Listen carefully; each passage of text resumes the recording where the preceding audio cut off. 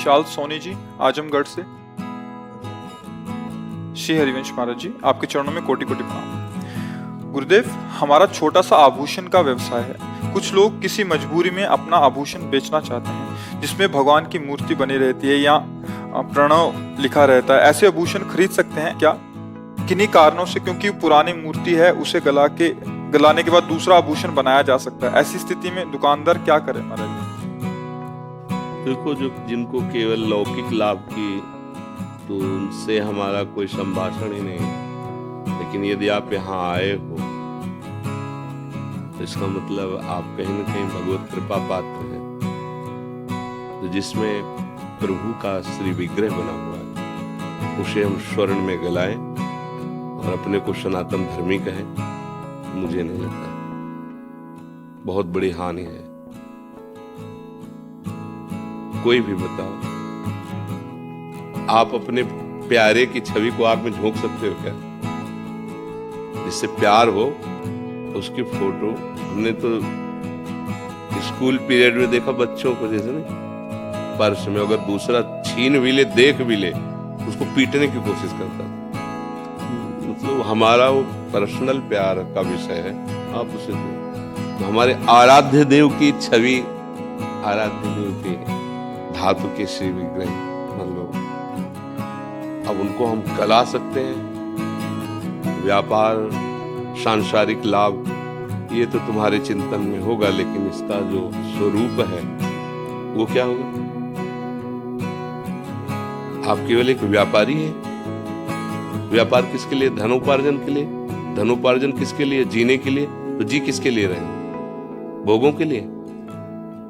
फिर तो कोई प्रश्न ही नहीं बनता।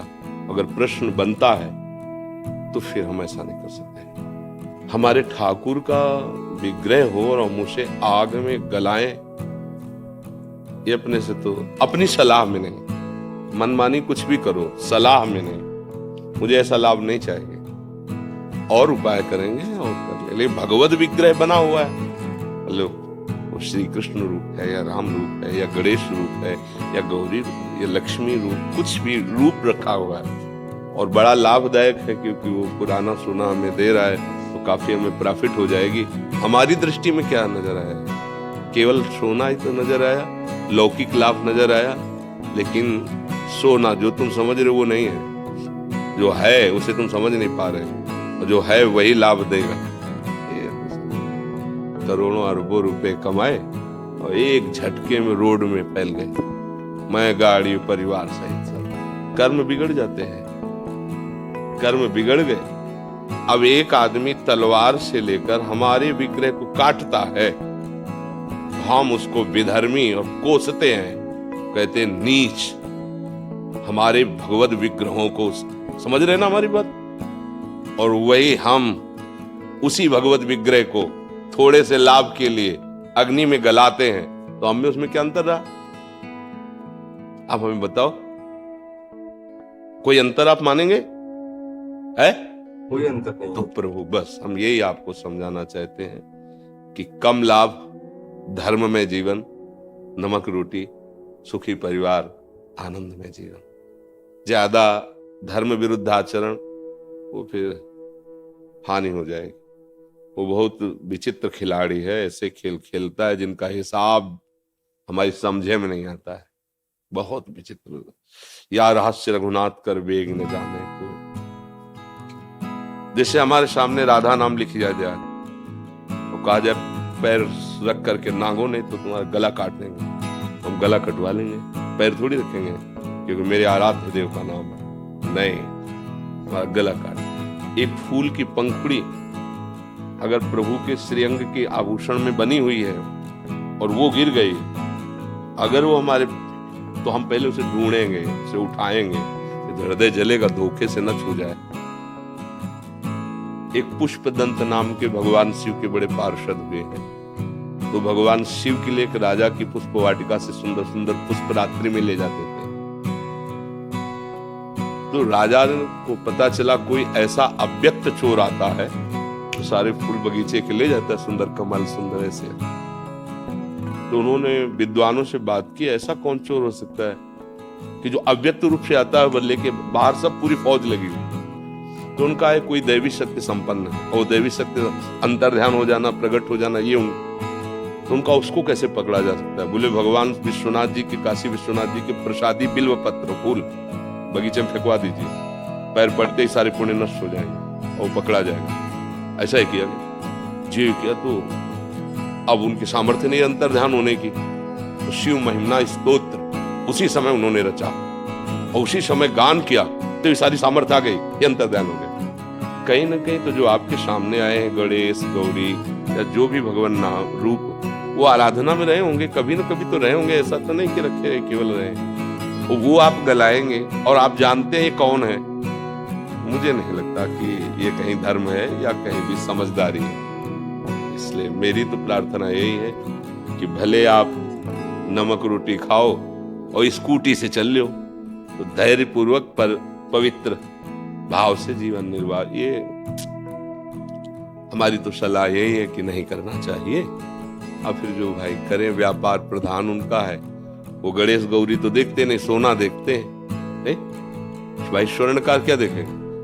अब एक भगत गए और गणेश जी और चूहा दोनों ले गए, वजन में चूहा ज्यादा था, चूहा पैसे ज्यादा दिए, तो उनका कहा गणेश जी का तो ये वाहन है। बोले हमें वाहन गणेश जी थोड़ी मतलब है, उनको तो रुपए थे पैसे, वजन उसका ज्यादा, पैसा उसका ज्यादा मिलेगा।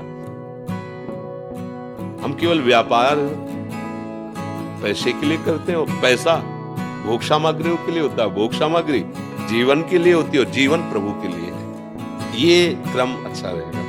और अगर फिर जीवन केवल भोगों के लिए तो फिर महानी, फिर हम बाहर गए, फिर हम परास्त हो गए। देख लो, धर्म में चलना कठिन होता है और दिखाई दे रहा है कि 50,000 की प्रॉफिट है, नुकसान आपको नहीं दिखाई दे रहा है।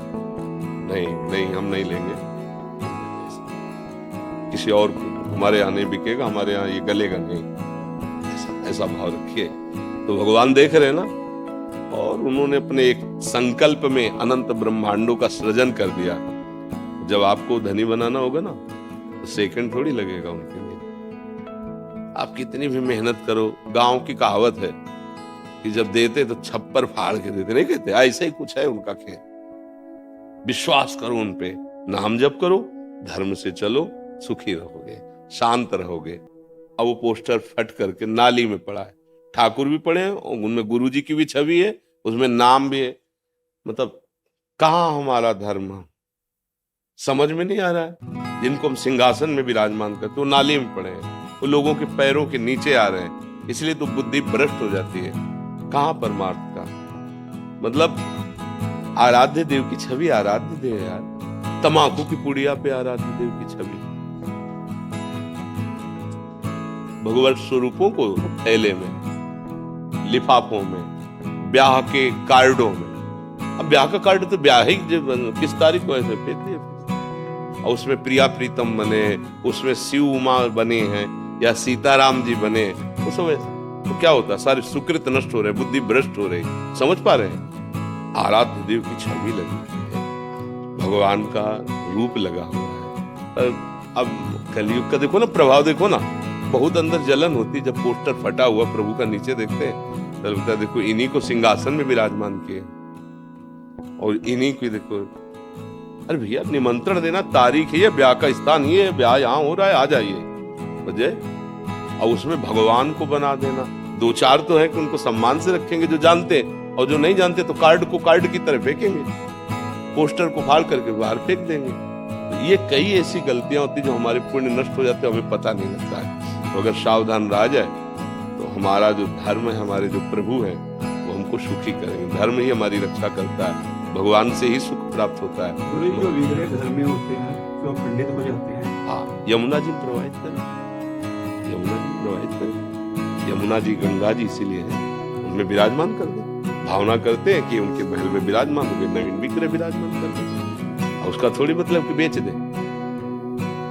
तुम्हारा लड़के कहाँ टूट जाए, बेच दोगे क्या? नहीं बेच दोगे ना। तो उसकी अगर आपको ऐसा लगता है कि हमें बहुत प्यार इस विग्रह से, तो आप मिलिए ऐसे जो मूर्ति की रचना करते हैं, वो उनको संभाल दे। हमारा हाथ टूट जाएगा तो डॉक्टर नहीं बनाते, हम हाथ को पुनः उसको वैसे करें, औषधि करवा ले। उसके औषधि डॉक्टर दूसरे होते हैं, जैसे अगर मानते हो तो ऐसा कैसे कर सकते हो तुम? अगर हमसे कोई कहा है ना का कुछ लिखने के लिए, जैसे आदेश कभी, तो वही अक्षर लिखा है जितना बोलना है, आप वहां चले जाइए, मौन है जैसे ना, ये हमारा प्रार्थना है बस, ना ऊपर राधे और ना कुछ नहीं। वो कागज जिसमें हमने राधे लिख दिया वो कहीं फेंक देगा, उसके पैर के नीचे पड़ गया तो हम तो